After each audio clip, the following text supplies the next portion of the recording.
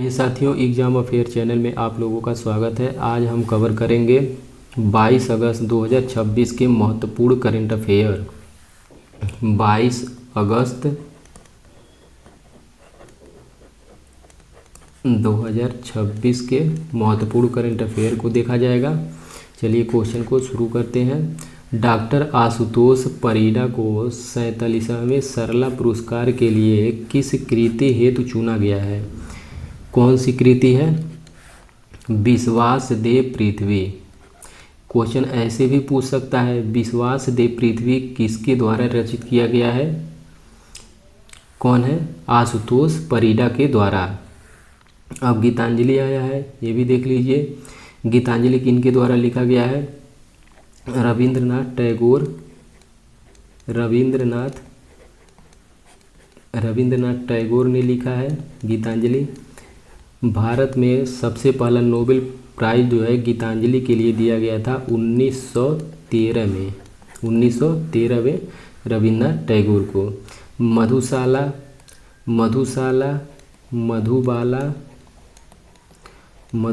मधुबाला, मधुकलश ये किसने लिखा है? हरिवंश राय बच्चन।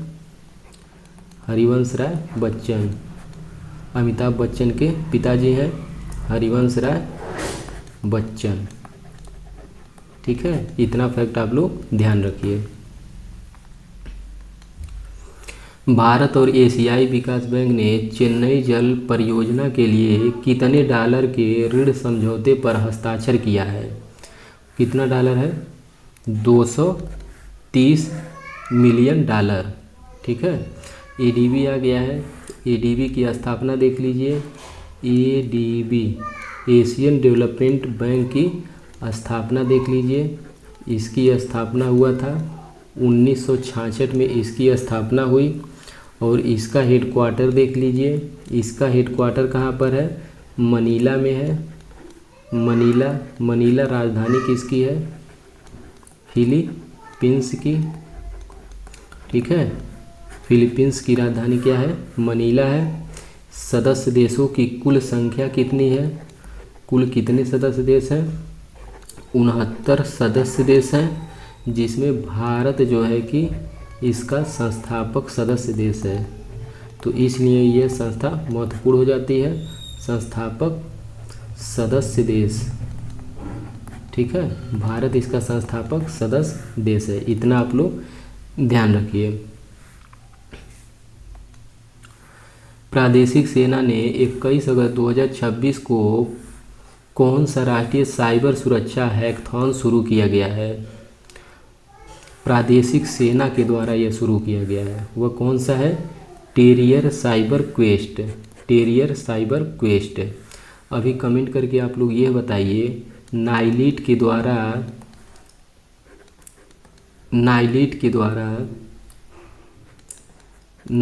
द्वारा अभी हाल ही में कौन सा साइबर हैकाथॉन शुरू किया गया है? प्लीज़ आप लोग कमेंट करके बताइए।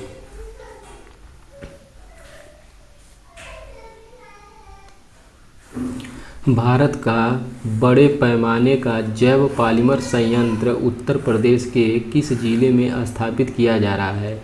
यह भारत का पहला है जो जैव पॉलीमर संयंत्र है। ठीक है, यह कहाँ पर शुरू किया जा रहा है? लखीमपुर खीरी में स्थापित किया जा रहा है। लखीमपुर खीरी जो है उत्तर प्रदेश का जिला है। उत्तर प्रदेश का क्षेत्रफल की दृष्टि से सबसे बड़ा जिला है। क्षेत्रफल की दृष्टि से सबसे बड़ा जिला कौन सा है? सबसे बड़ा जिला उत्तर प्रदेश का कौन सा है क्षेत्रफल की दृष्टि से? लखीमपुर खीरी है। लखीमपुर खीरी में एक दुधवा नेशनल पार्क है। दुधवा नेशनल पार्क कहाँ पर है? लखीमपुर खीरी में है। इतना क्लियर हो गया। अभी हाल ही में जो है कि उत्तर प्रदेश का, अब उत्तर प्रदेश आ गया, तो उत्तर प्रदेश में भारत का 45वां यूनेस्को के वर्ल्ड हेरिटेज में शामिल होने वाला 45वां शहर कौन सा बना है? भारत का सारनाथ कहाँ है? उत्तर प्रदेश में है। ठीक है ना। गौतम बुद्ध ने अपना पहला उपदेश कहाँ दिया था?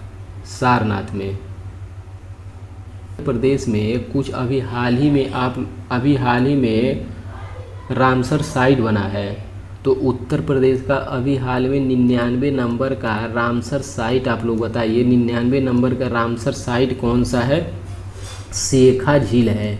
ठीक है, शेखा झील, ये इम्पोर्टेंट है, याद रखिए। शेखा झील, शेखा झील कहाँ है? अलीगढ़, उत्तर प्रदेश के अलीगढ़ में है, इतना ध्यान रखिए। और उत्तर प्रदेश में ही 100 नंबर का, ये भी उत्तर प्रदेश का ही है। यह कौन सा रामसर साइट है? सुरहा ताल, सुरहा ताल, सुरहा ताल। ठीक है, ये कहाँ पर है? उत्तर प्रदेश के बलिया ज़िले में, बलिया ज़िले में। ठीक है, उत्तर प्रदेश के बलिया ज़िले में है। अब पूछा जाए तो ये तो भारत का 99 नंबर का शेखा झील अलीगढ़ में उत्तर प्रदेश का है, 100 नंबर का सुरहाताल बलिया में है। अब भारत में अभी हाल ही में चर्चा में रहा 101 नंबर का रामसर साइट कौन सा है? ग्ला झील। ये ग्ला झील कहाँ पर है?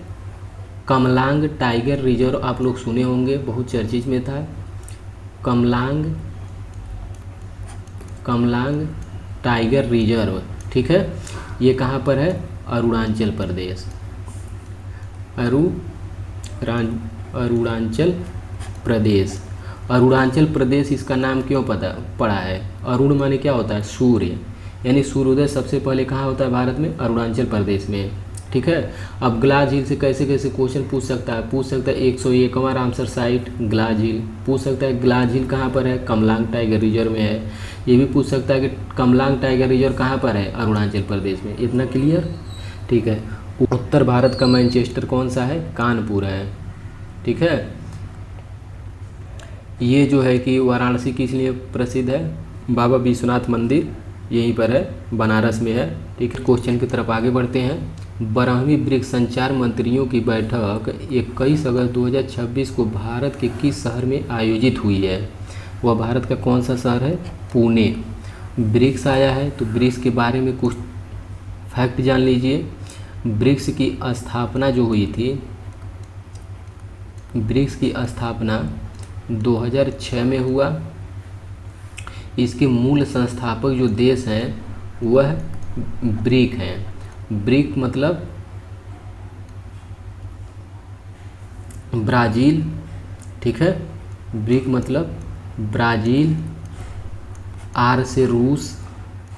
ठीक है, आई फॉर इंडिया, इंडिया अर्थात इंडिया ही लिख लो, चाहे भारत लिख लो। सी फॉर चाइना लिख लो। ठीक है, अब देखो 2010 में साउथ अफ्रीका की एंट्री हो गई। साउथ अफ्रीका की एंट्री 2010 में हुई। अब इसका नाम चेंज हो गया, अब इसका नाम क्या हो गया? ब्रिक्स हो गया। ब्रिक्स ये नाम पड़ गया। अब इसमें सदस्य देशों की कुल संख्या कितनी है वर्तमान में? वर्तमान में कुल सदस्य देश कितने हैं? वर्तमान में कुल सदस्य देश कितने हैं? इसके कुल देश 11 हैं। और अभी हाल ही में जो जुड़े हैं 2024 में मिस्र, इथोपिया, ईरान, मिस्र, इथोपिया,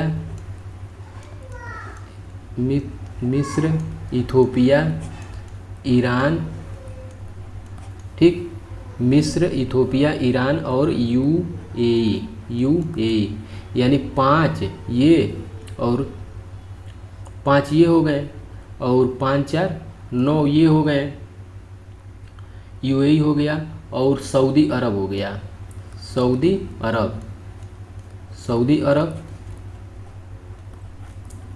अरब ये अभी इनको जो है कि 2024 में 5 देश ये ब्रिक्स में शामिल हो गए हैं। तो 5 देश, ये 5 और 5 10 हो गया। अभी 11वां देश कौन बना है? 11वां देश कौन सा शामिल हुआ है? इंडोनेशिया। इंडोनेशिया ये 11वां देश ये शामिल हुआ है। ठीक है, 11वां देश इंडोनेशिया। ये जो शामिल हुए हैं हाल ही में, इनको 2024 में ये शामिल हुए थे। अभी ये हाल ही में 2025 में ये इंडोनेशिया शामिल हुआ है। तो क्वेश्चन पूछता है कि 11वां देश कौन सा है। चूँकि भारत इसका संस्थापक देश है, अब संस्थापक देश है तो ये संस्था महत्वपूर्ण हो जाती है। तो इसका आप लोग ये फैक्ट याद रखिए कि 11वां देश कौन है ब्रिक्स का, इंडोनेशिया है। अब कुल देशों की संख्या कितनी हो गई है, 11 हो गई है। ठीक, तीसरे नंबर पर आप लोग ये थोड़ा सा माइंड में रखिएगा कि मिस्र, इथोपिया, ईरान, यूएई और सऊदी अरब भी इसमें शामिल हो गए हैं। ठीक है, एग्जाम में ट्रैप करने के लिए देखो 5 तो सब लोग जानते हैं, भारत, ब्राज़ील, रूस, इंडिया, चाइना, साउथ अफ्रीका। उसके अलावा भी है। अभी जो है कि हाल ही में ब्रिक्स के कुछ सम्मेलन हुए हैं, जैसे 2026 में ब्रिक्स के सम्मेलन हुए हैं। जैसे ब्रिक्स के अभी तो संचार मंत्रियों की बैठक पुणे में हो गई, तो कृषि मंत्रियों की बैठक अभी हाल ही में हुआ है 2026 में।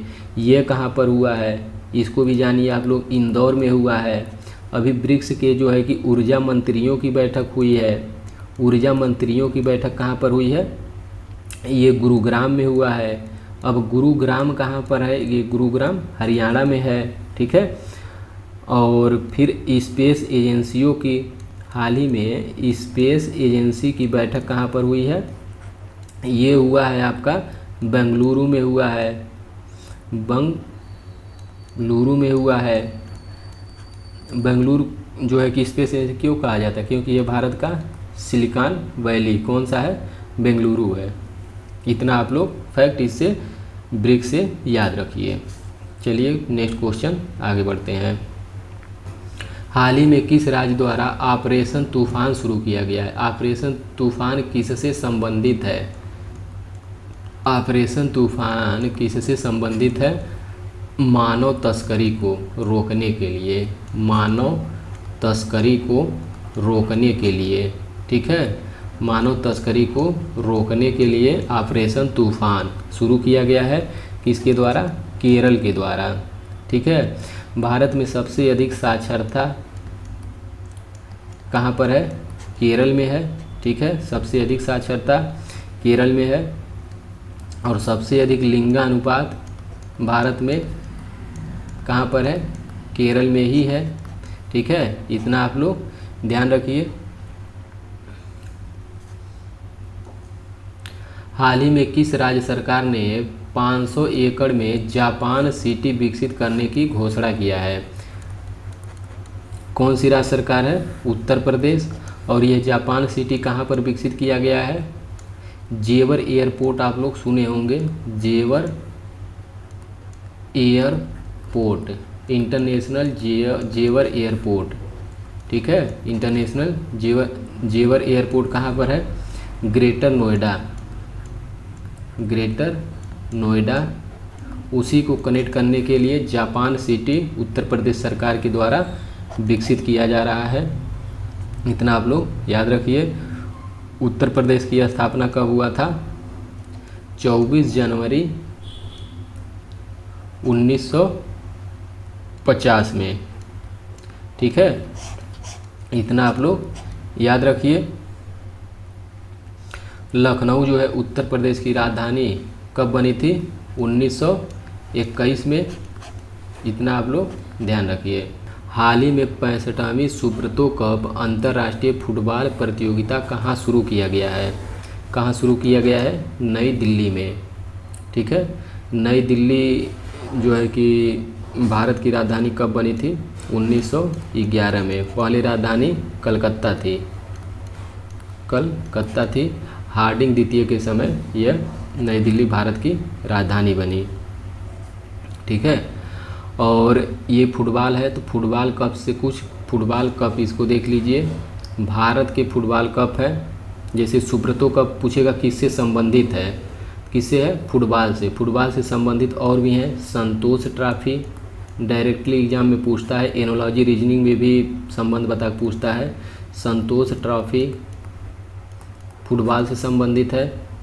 आशुतोष ट्रॉफी आप लोग याद रखिए, आशुतोष ट्रॉफी, आशुतोष ट्रॉफी किससे संबंधित है, फुटबॉल से है। ठीक है, रोवर्स कप, रोवर्स कप किससे संबंधित है? फुटबॉल से। संतोष, आशुतोष और रोवर्स कप किससे संबंधित है? फुटबॉल से। आप लोग इतना ध्यान रखिए। और डूरंड कप भी किससे संबंधित है? ये भारत का सबसे पुराना है, डूरंड कप है, भारत का सबसे पुराना फुटबॉल टूर्नामेंट है। भारत का सबसे पुराना, सबसे प्राचीन फुटबॉल ट्रॉफी कौन सा है? Durand cup. ये बहुत बार एग्जाम में पूछता है, इतना आप लोग ध्यान रखिए। एक क्वेश्चन और आप लोग ध्यान रखिए। मोहन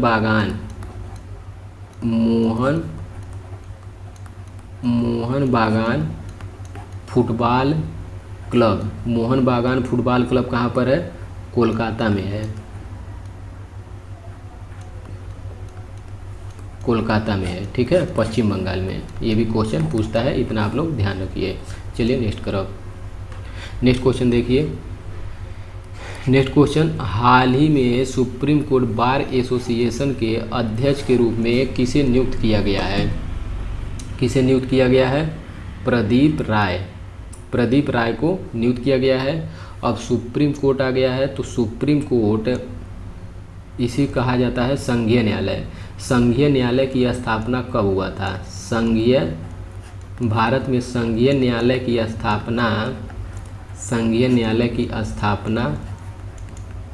स्थापना आप लोग का हुआ था भारत शासन अधिनियम 1935 के द्वारा। भारत शासन अधिनियम 1935 के द्वारा 1937 में संघीय न्यायालय की स्थापना किया गया। और इसमें जो सुप्रीम कोर्ट की पहली महिला न्यायाधीश, सुप्रीम कोर्ट की पहली महिला न्यायाधीश कौन है? पहली महिला न्यायाधीश कौन थी? फातिमा बीबी। इतना आप लोग ध्यान रखिए, फातिमा बीबी थी। अब सुप्रीम कोर्ट की स्थापना देख लीजिए। सुप्रीम कोर्ट की स्थापना 1937 में हो गया। अब इसकी देख लीजिए कि वर्तमान में इसमें कुल कितने न्यायाधीश हैं? सुप्रीम कोर्ट में मैक्सिमम कितने न्यायाधीश हैं? 34 हैं। वर्तमान में कुल कितने न्यायाधीश हैं? 34। जिसमें से एक जो है कि मुख्य न्यायाधीश है, यानी 33+1 है वर्तमान में। इतना आप लोग ध्यान रखिए। और सुप्रीम कोर्ट के न्यायाधीशों की नियुक्ति कौन करता है? इनकी नियुक्ति कौन करता है? राष्ट्रपति के द्वारा नियुक्ति की जाती है। राष्ट्रपति के द्वारा इनकी नियुक्ति की जाती है। एक समिति आई थी, सप्रू समिति का आप लोग नाम सुने होंगे। पूछेगा कि सप्रू समिति का संबंध किससे है? सप्रू समिति का संबंध किससे है? तो यह जो है कि स्वतंत्र न्यायालय की स्थापना से संबंधित, भारत में स्वतंत्र न्यायपालिका से संबंधित यह समिति थी। भारत में स्वतंत्र न्यायपालिका से संबंधित समिति का नाम क्या था? सप्रू समिति। इतना आप लोग ध्यान रखिए। अब सुप्रीम कोर्ट की स्थापना किस अनुच्छेद के द्वारा हुआ है? अनुच्छेद भी पूछता है, तो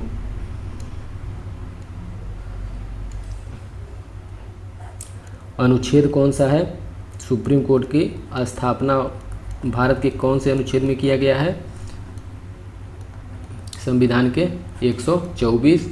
पूछेगा कि वेतन किस में है? 125 में वेतन दिया गया। पहले स्थापना हो गया तो स्थापना, उसके बाद तो स्थापना हो जाएगा तो कुछ घर चलाने के लिए वेतन चाहिए। तो 125 में क्या है? वेतन है। अब वेतन पाएगा तभी तो आदमी काम करेगा। तो इसमें जो है कि कार्यवाहक, सुप्रीम कोर्ट के कार्यवाहक न्यायाधीश की नियुक्ति किस में है? 126 में है। कार्यवाहक न्यायाधीश की नियुक्ति जो है कि सीजीएम, कार्यवाहक सीजीएम सुप्रीम कोर्ट के, इसकी नियुक्ति कौन करता है? राष्ट्रपति के द्वारा ही किया जाता है, ठीक है। और तदर्थ न्यायाधीश की नियुक्ति कौन से अनुच्छेद में है? 127 में है। कार्यवाहक न्यायाधीश की नियुक्ति कौन करता है? राष्ट्रपति करता है। इतना ध्यान रखिए आप लोग। राष्ट्रपति ठीक है। और तदर्थ न्यायाधीश की नियुक्ति कौन करता है? सीजीएम, भारत के मुख्य न्यायाधीश तदर्थ न्यायाधीश की नियुक्ति करते हैं। तदर्थ न्यायाधीश ये होता है, यदि कहीं सुप्रीम कोर्ट में न्यायाधीशों की संख्या कम पड़ गई तो वो जो है कि हाई कोर्ट के, भारत के किसी भी हाई कोर्ट से जो है कि न्यायाधीश की नियुक्ति इसमें कर सकता है कि काम सुप्रीम कोर्ट का ना रुके। ये आप लोग इतना ध्यान रखिए। एक होता है, देखिए तदर्थ न्यायाधीश हो गया। अब देखिए इनकी जो है कि अनुच्छेद 128, अब 128 में है क्या? न्यायाधीशों की क्या है? सेवानिवृत्त, न्यायाधीशों की सेवानिवृत्त यानी रिटायरमेंट समझ लो, ठीक है। न्यायाधीशों का सेवानिवृत्त है। 129 में सुप्रीम कोर्ट के अनुच्छेद 129 देखिए, अनुच्छेद 129 इंपॉर्टेंट है, बहुत बार पूछता है। सुप्रीम कोर्ट क्या है? अभिलेख न्यायालय है, यानी इसके जो है कि वर्डिक्ट जो होंगे ये नियम के रूप में सुरक्षित रहेंगे और सभी हाई कोर्ट पर क्या होंगे? बाध्यकारी होंगे। यदि सुप्रीम कोर्ट की आप अवमानना करते हैं तो वह दंड दे सकती है। ये क्या है? अभिलेख न्यायालय है, ठीक है। इसका मतलब यही होता है, इतना आप लोग याद रखिए। को ख़त्म करना है। हाल ही में तीसरी संतान के जन्म पर किस राज्य सरकार ने 1 साल का मातृत्व अवकाश देने की घोषणा किया है? तो वह कौन सा है? तमिलनाडु, तमिलनाडु है, ठीक है। पाक जलसंधि भारत और श्रीलंका के बीच है, ठीक है। इतना आप लोग ध्यान रखिए। धनुषकोडी, श्रीलंका के धनुषकोडी, ठीक है, ये तमिलनाडु के धनुषकोडी, ठीक है। इतना आप लोग ध्यान रखिए। आइए, हाल ही में मुंबई में देखिए, ये जो है कि 22 अगस्त है, ये 21 अगस्त 2026, 21 अगस्त 2026 का रिवीजन हम लोग बूस्टर के रूप में करेंगे। हाल ही में मुंबई में आयोजित एशियाई जूनियर रैपिड शतरंज चैंपियनशिप 2026 का विजेता कौन है? विवान शाह है, ठीक है। हाल ही में इंडिया डे फेस्टिवल कहाँ पर मनाया गया है? रूस में। ये 4 दिन तक चलेगा, ठीक है, रूस में। स्विट्जरलैंड में भारत का नया राजदूत किसे नियुक्त किया गया है? सौमेंदु बागची को, इतना ध्यान रखिए। भारत का पहला एकीकृत भूमिगत कोयला गैसीकरण परिसर बनाने का प्रस्ताव किस राज्य में रखा गया है? कौन सा राज्य है? आंध्र प्रदेश। हाल ही में दक्षिण क्षेत्रीय परिषद की 31वीं बैठक का आयोजन किस राज्य में किया गया है? कहाँ पर? तमिलनाडु। इंडिया कारपेट एक्सपो 2026 का आयोजन कहाँ किया जाएगा? भदोही में। मिर्जा फखरुल इस्लाम आलमगीर को किस देश का 23वां राष्ट्रपति नियुक्त किया गया है? कहाँ का है? बांग्लादेश। अब ये जो है कि 1 लाइन बूस्टर देख लीजिए। एआई संचालित आपातकालीन प्रक्रिया प्रणाली 112 तेलंगाना सरकार के द्वारा लॉन्च किया गया है। तेलंगाना सरकार सभी परिवारों को इलेक्ट्रॉनिक फैमिली रजिस्टर बना रही है। इलेक्ट्रॉनिक फैमिली रजिस्टर कौन बना रही है? तेलंगाना सरकार। 8वें खेलो इंडिया यूथ गेम कहाँ पर होगा? तेलंगाना में। ये तेलंगाना से रिलेटेड महत्वपूर्ण करंट अफेयर है, देख लीजिए, कुछ रिवीजन कीजिए। तेलंगाना में एक सड़क का नाम किसके नाम पर रखा गया है? डोनाल्ड ट्रंप के नाम पर। स्त्री राइड अभियान कौन शुरू किया है? तेलंगाना सरकार, महिला सुरक्षा को सुनिश्चित करने के लिए। अभी जो है कि शिक्षा, स्वास्थ्य सेवा और निवेश क्षेत्रों से संबंध मजबूत करने के लिए साउथ अफ्रीका के साथ समझौता कौन किया है? तेलंगाना गवर्नमेंट के द्वारा, ठीक है। देखिए एआई से रिलेटेड कुछ क्वेश्चन देख लीजिए। कर्नाटक जो है कि एआई संचालित डिजिटल फसल सर्वेक्षण कर्नाटक के द्वारा शुरू किया गया है। कारवार पोर्ट भारतीय नौसेना में शामिल किया गया है, उसका नाम क्या है? आईएनएस मालवान। भारत के पहले एआई विश्वविद्यालय की स्थापना कौन करेगा? कर्नाटक के द्वारा। एयरो इंडिया 2027 जो एशिया के सबसे बड़े एयर शो के 16वें संस्करण का आयोजन कहाँ पर किया जाएगा? बेंगलोर में, ठीक है। इतना ध्यान रखिए।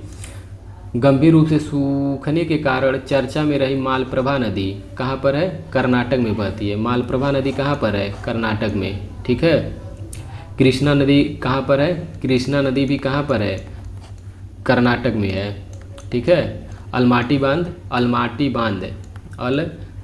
बांध कहाँ पर है? कृष्णा नदी कर्नाटक पर, ठीक है। राजोलीबांडा डाइवर्जन परियोजना किस राज्य से संबंधित है? कर्नाटक से। एआई स्टार्टअप सर्वम एआई भारत का 130वां यूनिकॉर्न बना है। वह कहाँ पर है? बेंगलोर में स्थित है। ये सुपर फास्ट रिवीजन था। प्लीज़ चैनल यदि अच्छा लगे, कंटेंट अच्छा लगे तो प्लीज़ चैनल को सब्सक्राइब कीजिए। एग्ज़ाम अफेयर चैनल को प्लीज़ सब्सक्राइब और शेयर कीजिए।